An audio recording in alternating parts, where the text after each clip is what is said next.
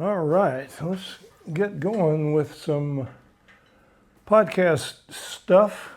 I've got some Q&As to go over, and as I promised you last week, we're going to do a little quick slideshow and story about the National Champion Pecan tree.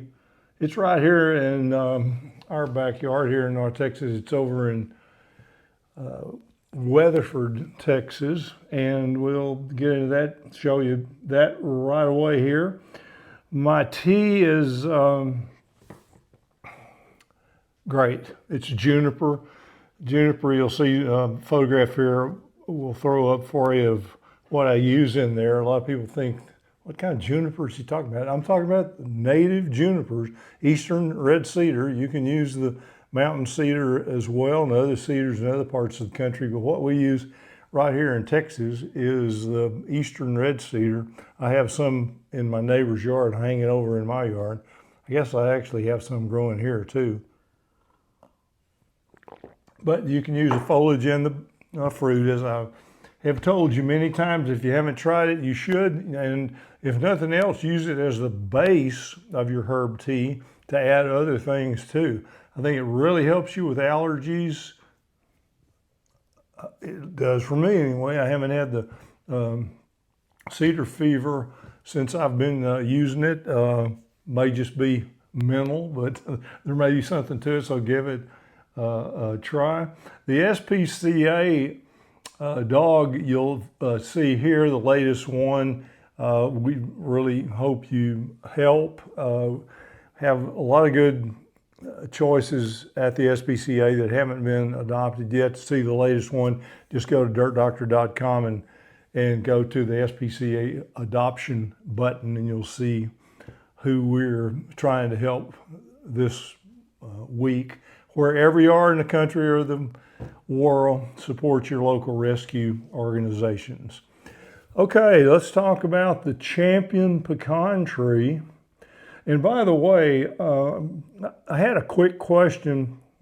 Let me just plug this real quick in case they're listening. Somebody sent me a picture of a fungus on Bermuda grass. I don't know that I have sent Maggie a copy of it, but I will, because I think I'm going to get more questions about this. I'll go into diseases on turf grasses and everything in much more detail for you, hopefully next week. If next week at the earliest. I'll try to do it right away. But the one that the question came in on was a sooty looking material. Looks like fireplace ashes or cigarette ashes on Bermuda grass.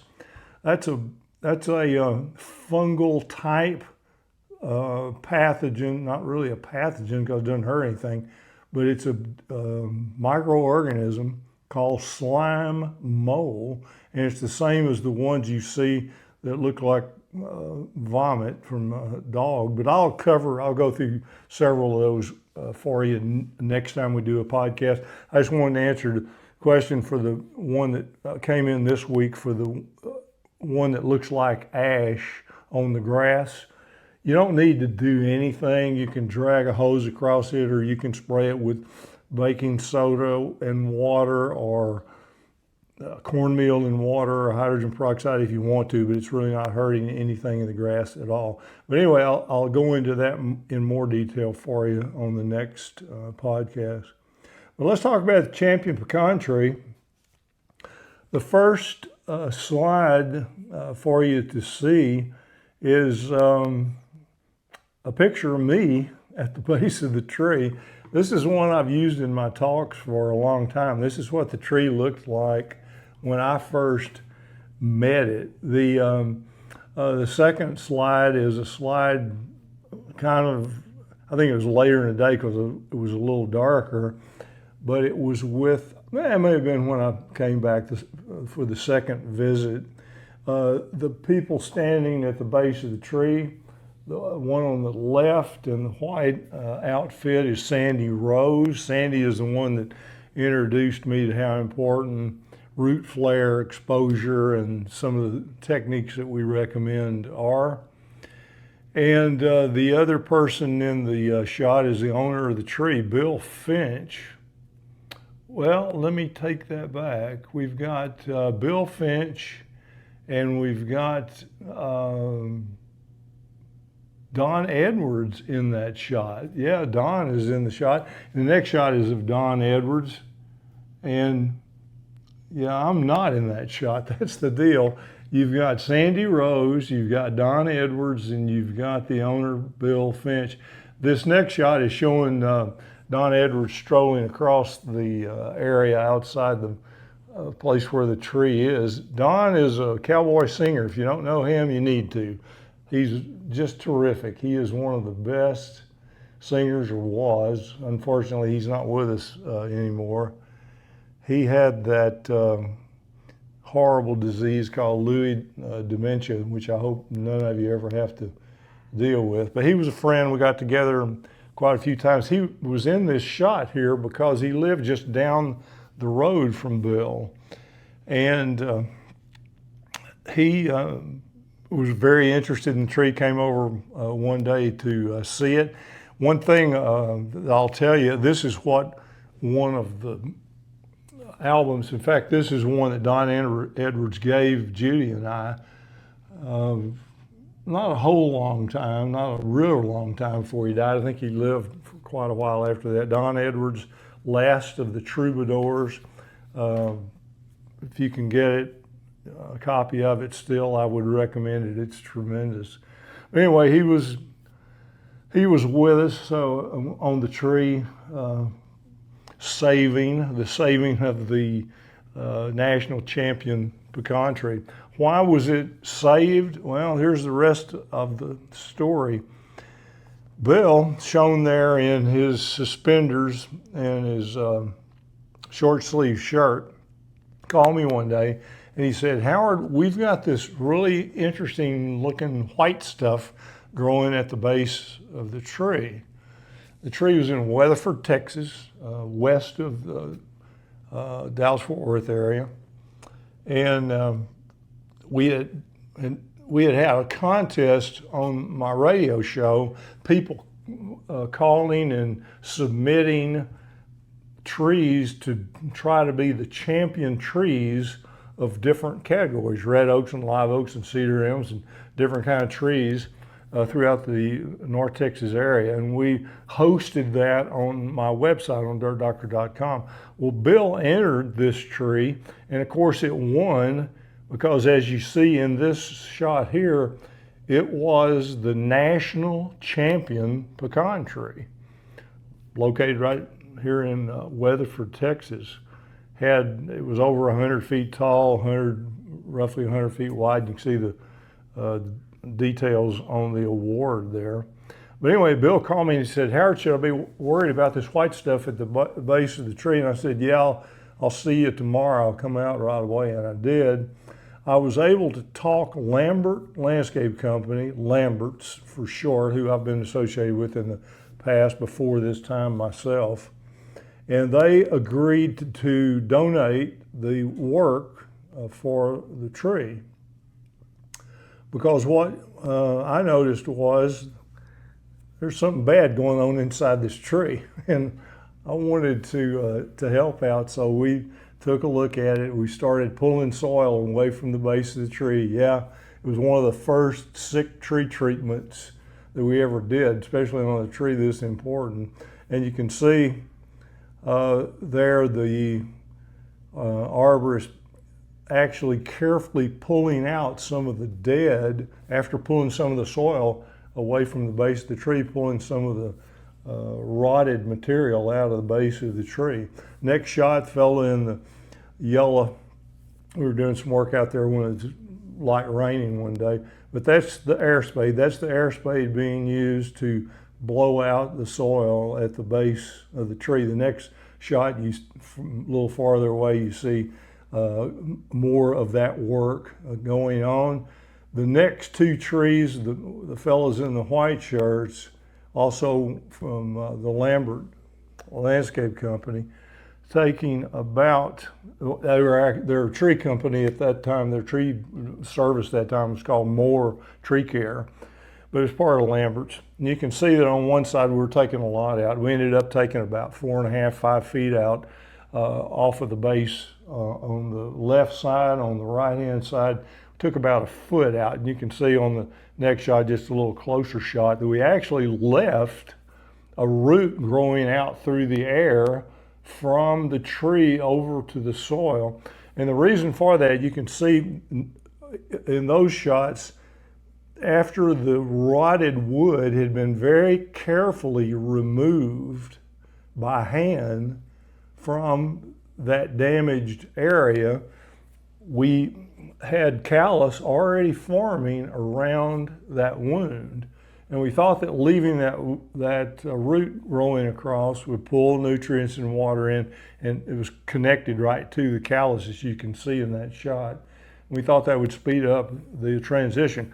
Well, just to give you an idea how tough sometimes doing this sick tree treatment, which is what we eventually call this whole procedure, but exposing the flare and leaving something like that root, the Forest Service decided, for some odd reason, and I still to this day don't know how it happened, they decided to come back out and double check the dimensions of the tree, because somebody had turned in another tree that was in Missouri or someplace else in the country and had challenged this tree for being the national champion. And they came out to the site and they had Bill Finch, the owner, they brought him out, and the Texas Forest Service, believe it or not, this is what I had to deal with on this project, and we've had to deal with it on other projects too. The Texas Forest Service told them that we had made a mistake by exposing the flare. That a pecan tree is a bottomland tree and it doesn't have to have its flare exposed, not a big deal, and that we changed the natural situation. And by the way, you need to cut that root that's growing in the air across the open hole out. And I think they even did it maybe on that visit.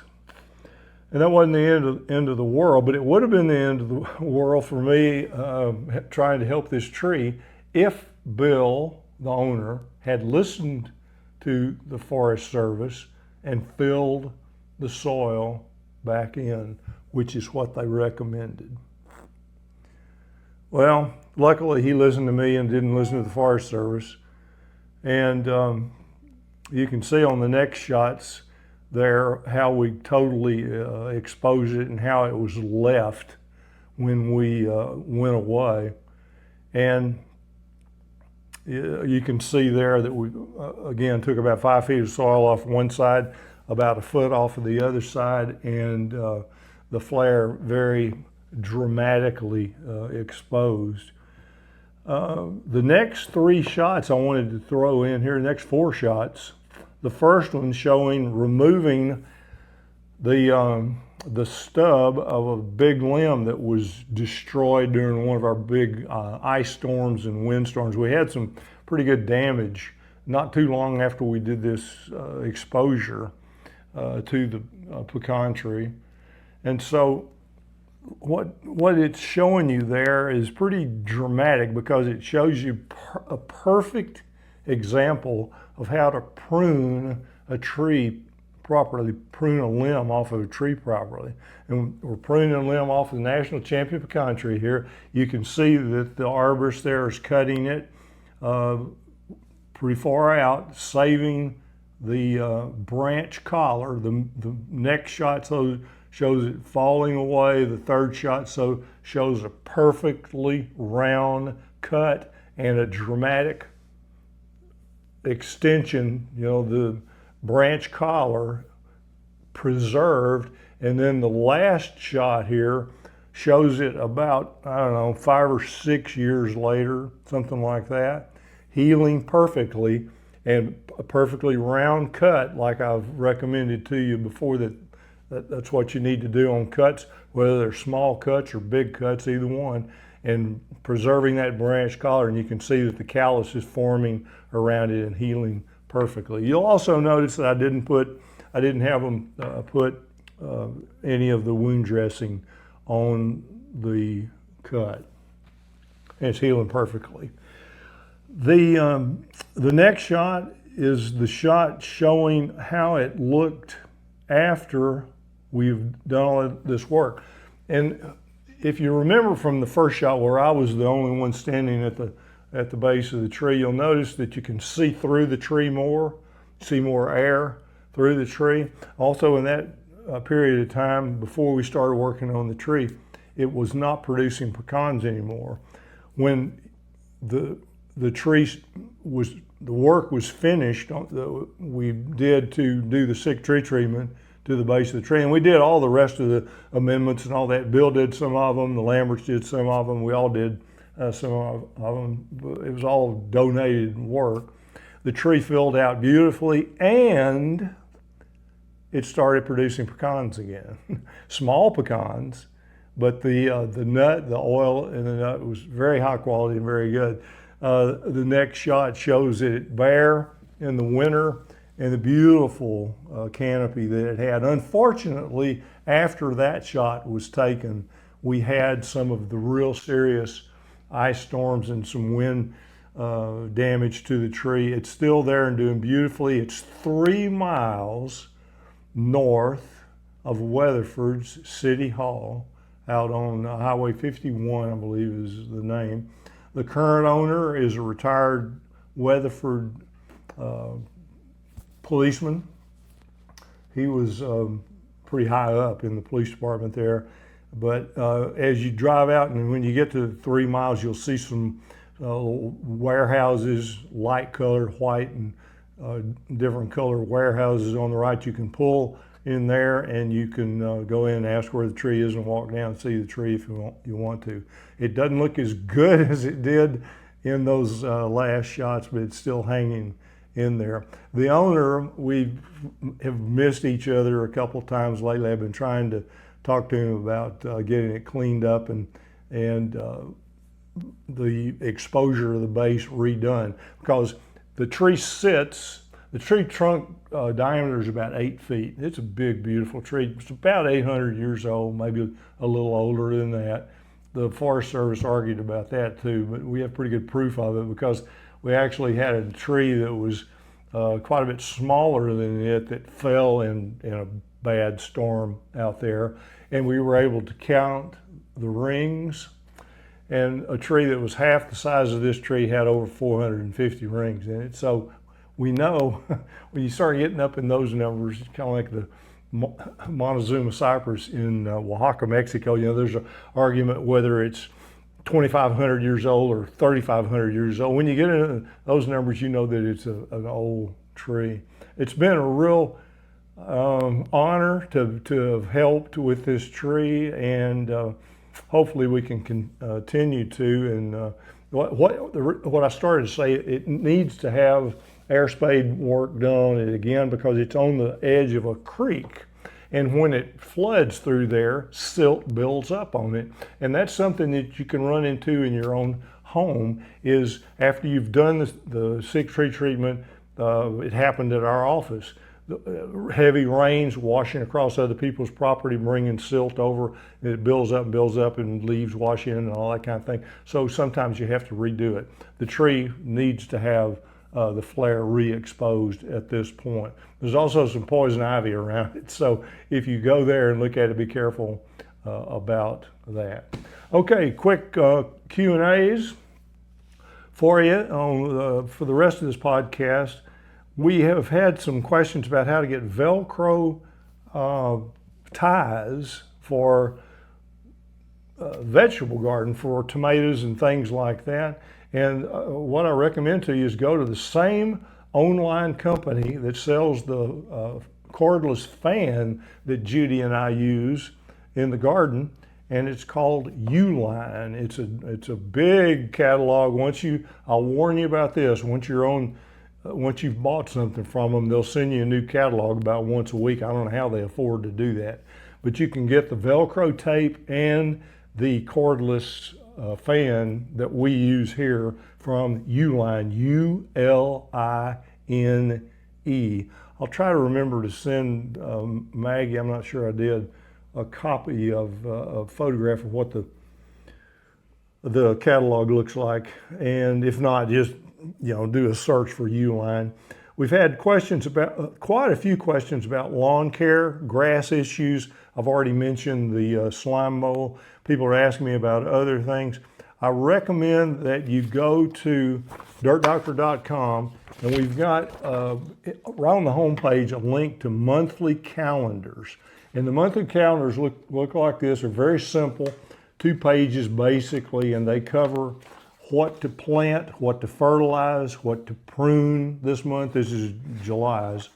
And what to water, and also odd jobs and things like that. But the first listing is what you can plant this month. Now, it's based on North Texas, but you can adapt it to wherever you are by just simply using the first and last average freeze dates to adjust your timing and work off of the calendars we have for you on dirtdoctor.com. Okay. Let me see. We talked about what's the best and worst mulch? People are asking me what kind of mulch I recommended. I think next week, I've made a note here, I'm going to do you a little slideshow, a detailed show like I did on the tree today about the mulches that I like and that I don't like. The short answer is I hate the rubber mulches. I hate the dyed mulches, the red and black ones. Pine bark is not that great. The good one is shredded native cedar. That's the answer to the question that came in. Shredded native cedar. You see Malcolm Beck, Mo Padna, there with a pile of that best mulch, shredded native cedar. Some people have asked me, one specifically, about potting soil. And we've talked about potting soils quite a bit, but they asked me about potting soil for window boxes. That's a little bit different issue than normal pots out around the pool and everything. You use the same ingredients, compost, core, cedar flakes, all the organic stuff, and then the rock minerals, lava and azomite, and then the sugars, the molasses and the dry molasses and cornmeal. But when you've got a window box or you've got a situation where the potting soil is in small containers or may dry out easily, like a window box, you add some native soil that has a clay base to that potting soil mixture. Makes it hold the water a lot longer. Carl Whitcomb years ago gave me a tip on that. He would take a big pot and take a small pot of black gumbo soil, get it in the pot, put it upside down in the bottom of the pot, and then put the potting soil around it. So he had a core inside the potting soil of high bulk density clay soil, and then the softer stuff around the outside. That's cool too, but mixing that clay in with your potting soil works as well. I've done that quite a bit. I had a question about controlling Johnson grass. I'll do a slideshow and a whole long thing about all the different weeds and grasses that we talk about. But on Johnson grass, don't spray Roundup. Don't spray the glyphosate like the cities and the counties and the states do. All you do is you spray it, it turns brown, and then you still have to mow it. Mow it more regularly, or if it's an agricultural situation, use grazing. Keep Johnson grass mowed or grazed and it will die out. It can't stand that. What veggies to plant in the garden? Same thing, same source I mentioned a minute ago. Our monthly calendars will tell you what to plant in each month. This one's July. I just happened to have out, but it'll also tell you about what techniques to use on pest control and watering ideas and all kinds of things. So the monthly calendars that have a button right on the homepage of dirtdoctor.com, make a note of that and use them on a regular basis. And if you see something on them that's not working quite right, or if you want me to add more to it, let me know and I will do that for you. Can Garrett juice go bad?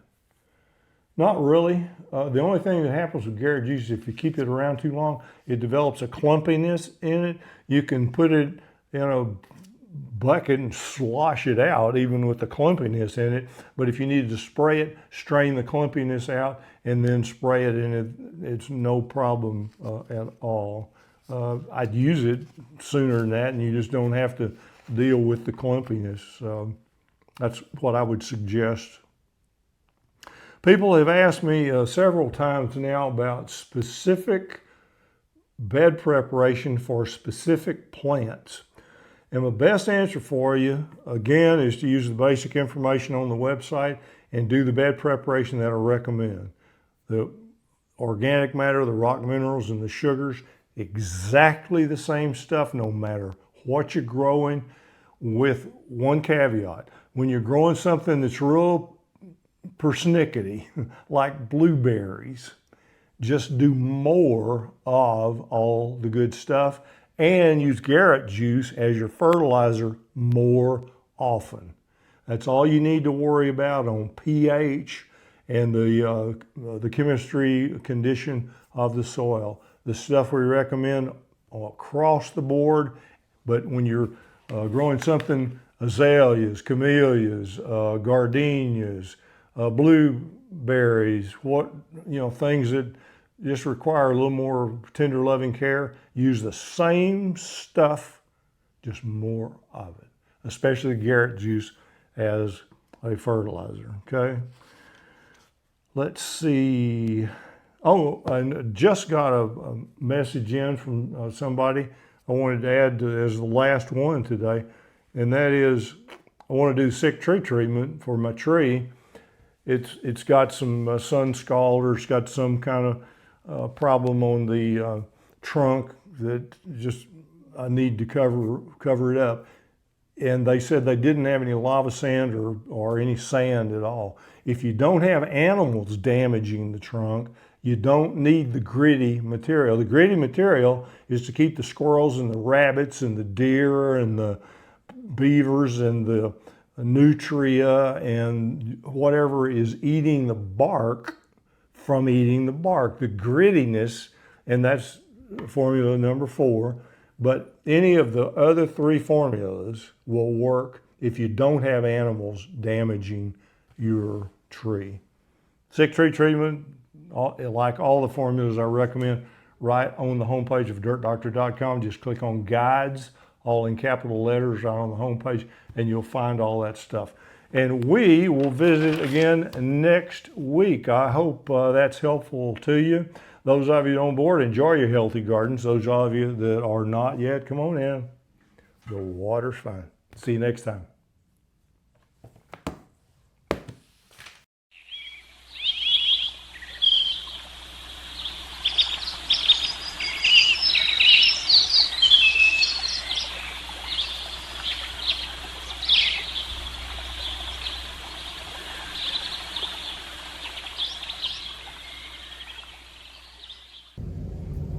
Well, Maggie wanted me to do a little update of some of the garden stuff here at the Blanche Ranch, and got some beautiful hibiscus. I need to look up that specific hibiscus and tell you what it is. It's great. But one thing I wanted to talk about in this real quickly was ground covers. This is a variety that's, as you can tell, hadn't been planted very long, but it's super blue.